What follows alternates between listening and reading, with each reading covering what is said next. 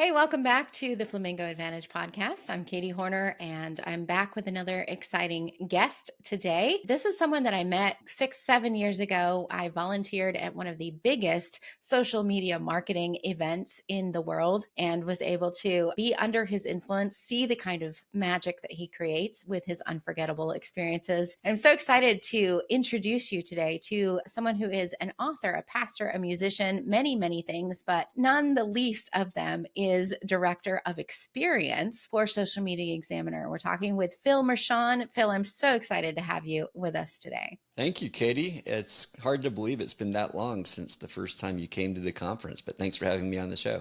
Yeah, I'm excited. You never know at those events who you're going to meet and what that's going to translate to in the future. And I know I've had several of the people I've met at events on our show, and I've been on their shows, and it's just always an adventure. And that's exactly what you're talking about with your new book, Unforgettable: The Art and Science of Creating Memorable Experiences, just come out about a month ago. And I can't wait to dive into this with you. I'm looking forward to it, especially to see what questions you have.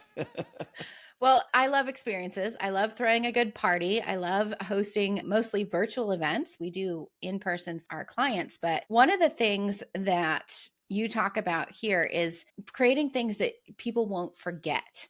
And you used a quote on page 30 from Liz Lathan, and it said, "Shared experiences create memories, and memories cement learning moments, and learning moments create change." I'd love to know, like, what what was it that caused you to start the book out with such an amazing quote like that? I experienced that with Liz. So Liz led a group of 80 event planners on a trip that was a secret family reunion.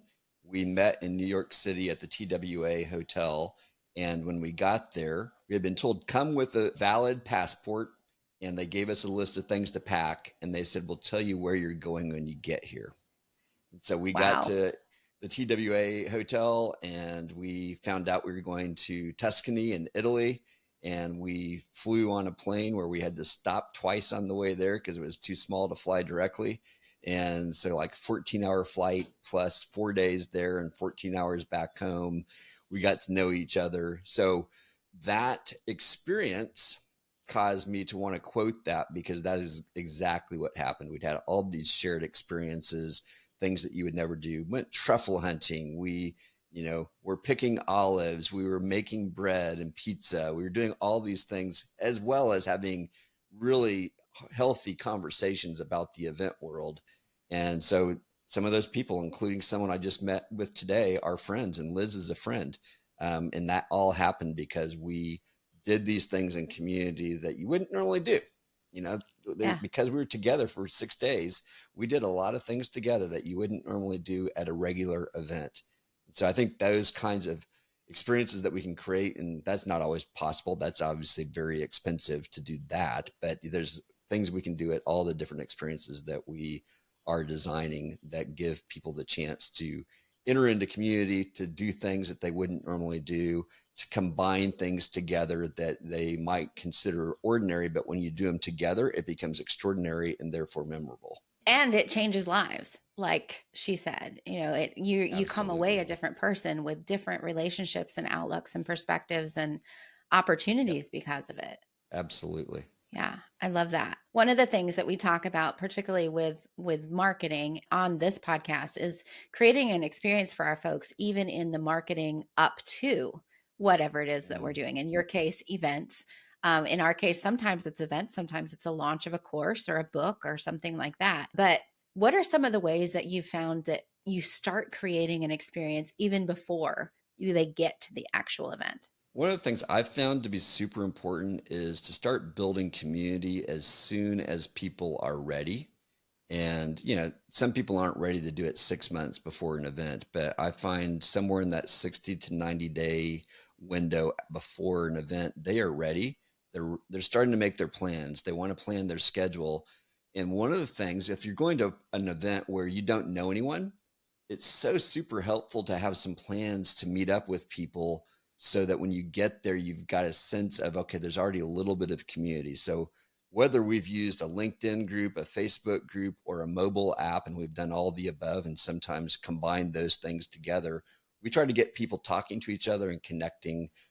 We'll do orientation, webinars, seminar kind of things to get people talking, but we get them in the group, and we have a team of people that their job is to build community, literally build community. So I think that is one of the most important things. And yes, we've got a very strategic plan with our communication, both through emails and even posts that we do in the Facebook group and things that we do in our mobile app and our website, which are all coordinated to help make sure people have the information that they need to help them prepare, especially those who like to be well prepared way in advance. Some people like to just show up, but a lot of people like to do their preparation. So we're really strategic, and we would rather over communicate, knowing that not everyone sees everything that you send out, rather than under communicate. And in general, people love us for the simplicity and clarity of our communication, but the fact that we do tell them everything, because a lot of events, they might send 1 or 2 emails before you show up, if they send one.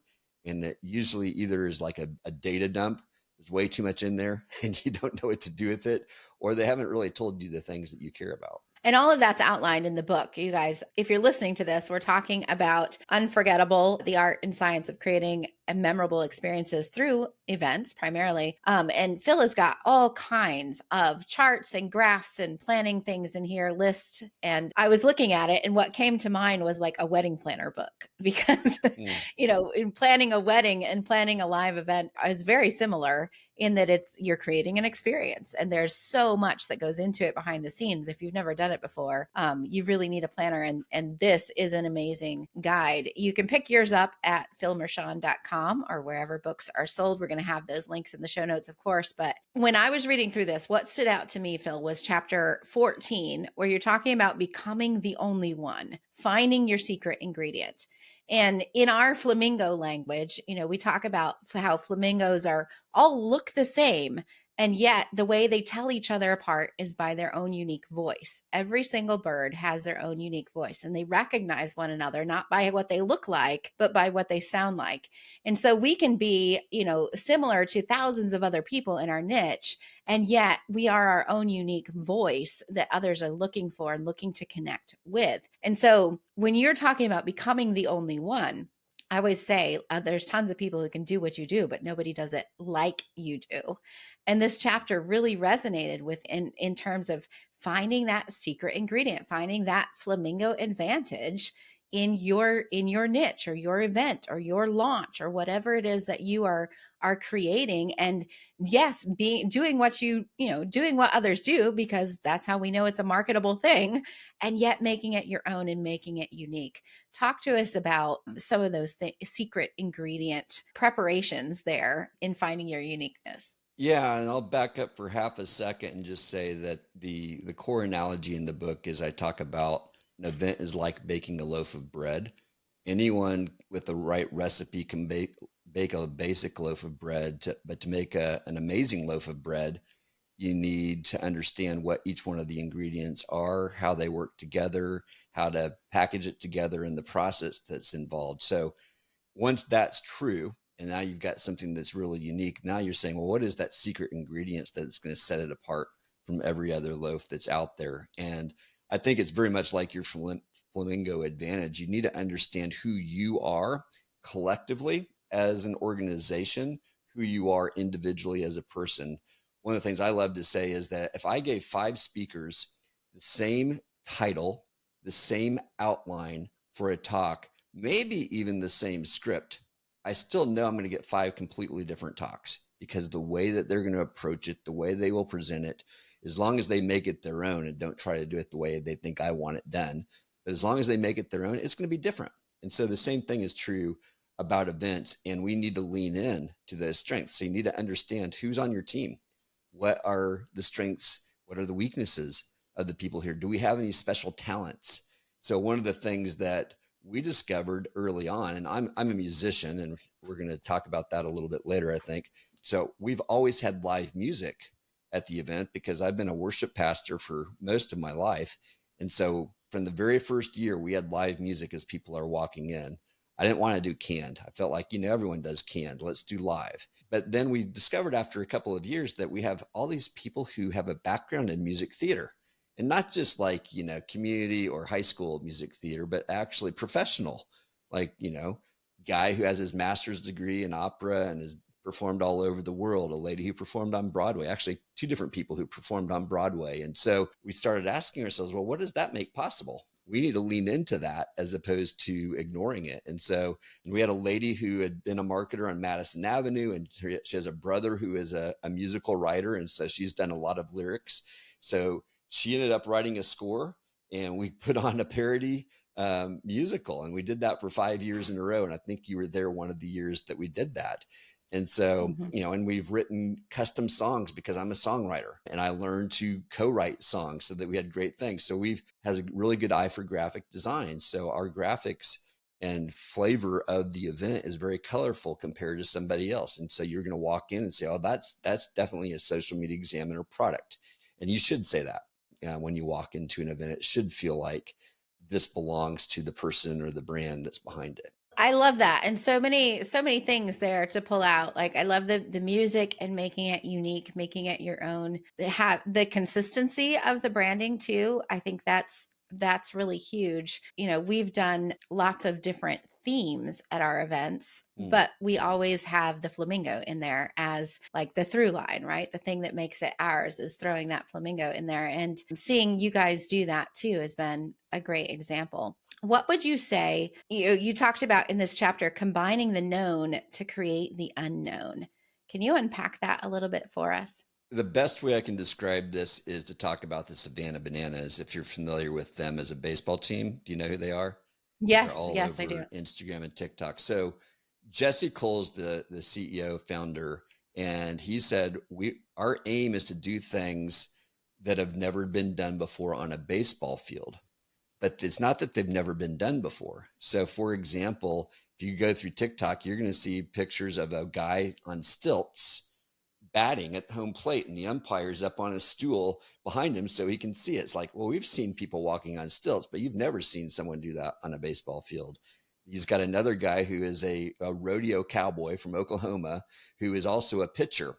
And so when he's pitching, he's doing all kind of antics. But one of the things he does is he grabs his lasso and he goes out and tries to stop one of the base runners from going from first to second base. And he tries to catch him just like he's catching a cow. So you're seeing things combined, things that you've seen in the ordinary world but never been done in this space before. And I think we can do that in our events again. And so, the musical is the first example that comes to my mind. Is like, well, I've never been to a conference where a musical breaks out, or we've had a choir up on stage. And again, and one year we had an all-star band where I found all these people who were speakers who were also former rock and roll musicians.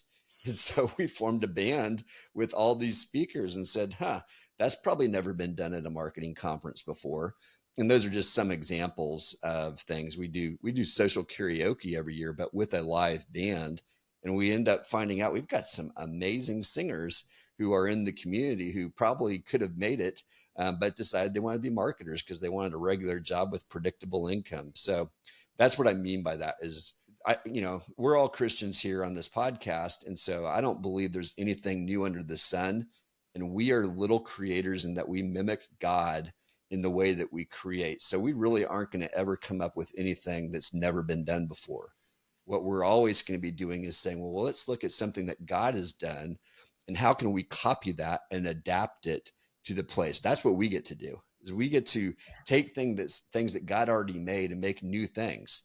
God had never built a skyscraper, but we got the inspiration from all kinds of things that were built over time. And, we took things that he put in our hands. And so the same thing is true at the events that we're doing, is we are combining things that God has given to us and making unique experiences with those that people will find, oh, I've never seen that before. And that was so cool. Well, and I love the way that means you have to lean into your audience as well. Like you really have to know your people to know who you've got and what talent you've got on hand to do something like that, but also to know that this is going to resonate in a way that people will think, is cool, right? That your people are going to appreciate. And you also talk in the book about creating that culture inside of your community, and I think that that's a big part of this as well. People like us do things like this, and leaning into who you have and knowing your people so well that you can pull off those things. I think it's really, really cool. It's Um, important to point out one thing.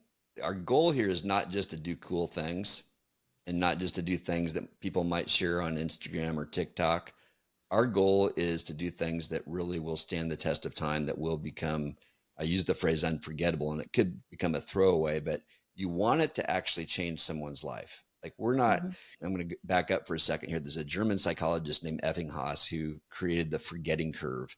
And he learned that people forget 50% of what they've learned within an hour and up to 90% within the first 30 days, unless you do intentional things to make that more sticky and more memorable and actually get into people's life and change them. And so, if you're creating an event, Katie, and you knew that 90% of what you did was just down the drain within the first 30 days, that would kind of discourage you. It's like, why am I doing this? So we've got to do a number of things, and making it memorable is one of those that can really help it have a chance to impact someone and change them. I love that. And it's kind of what you said at the end of that chapter 14 was talking about the dentist. He's not in the business of cleaning teeth. He's in the business of making smiles, right? And so Yes. as a business owner who creates smiles as the ultimate goal, his competition are the movies and the entertainment and the comedians and the whatever. And how do we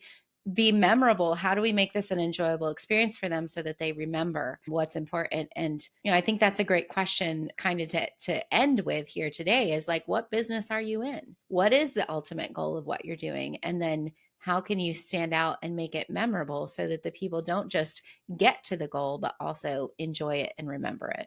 Yeah, it's a really good question to ask at the end of the day. And when you find yourself comparing what you do, and we're in the entertainment business at one level as a company. We're competing with movies, we're competing with Taylor Swift, we're competing with all these things, and we can't be all those things. We don't have the budget to do the things that even some of our events industry do, but we can be our best selves. And when we show up authentically as who we are, who God has made us to be in whatever business that you're in, when you're that, people are going to be attracted to you, and the people that need to be attracted to you will be attracted to you, and they will be changed as you are really clear on what it is you offer. And you're not trying to become something else, but you're really clear on what their needs are and what you can offer them and the experience that you can create for them. So I love that you highlighted that. So well said. Thank you so much, Phil, for being with us today. I'm going to let you get ready to play your ending song here, as I just remind our listeners and those of you that are watching with us on our YouTube channel that we're talking about the book, Unforgettable, The Art and Science of Creating Memorable Experiences for your people. Highly recommend it. It's got an elephant on the front, which also happens to be one of my favorite animals in the whole world. So go pick this up, philmershon.com or wherever books are sold. And I'm going to turn it over to you, Phil, for the ending.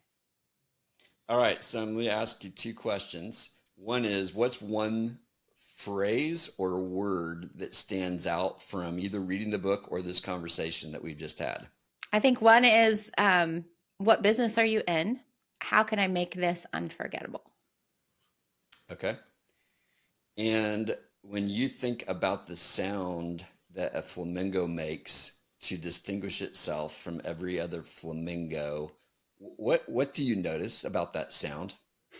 To me, it sounds happy.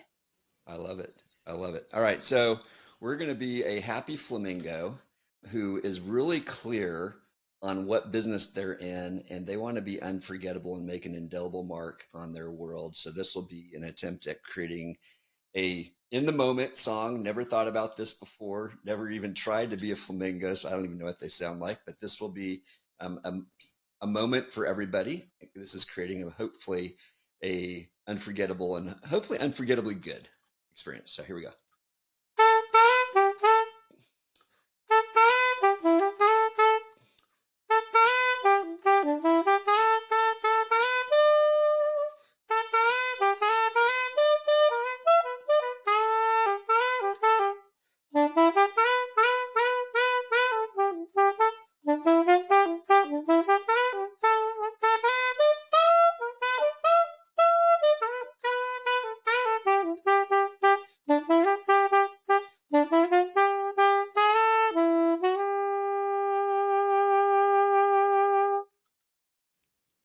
Fabulous. Thank you so much.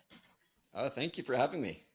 Yeah, really appreciate that, Phil. Thank you for the song and thank you for your wisdom with us today. Friends, go pick up the book. Your message matters, and the flamingos that are waiting for your voice are waiting for you to get out there and make it memorable.